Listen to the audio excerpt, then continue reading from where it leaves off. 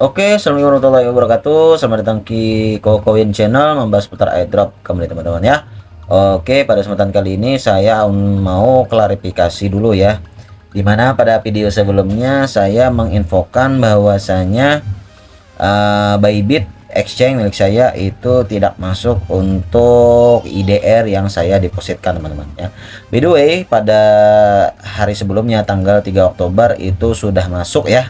Alhamdulillah sudah masuk ya, sebagaimana kita lihat ini. Nah, sudah masuk ya, senilai Rp196.000 sudah masuk di akun Bybit saya. Dan by the way, untuk waktunya itu sekitar sebulan lebih ya. Nah, jadi pada September saya saya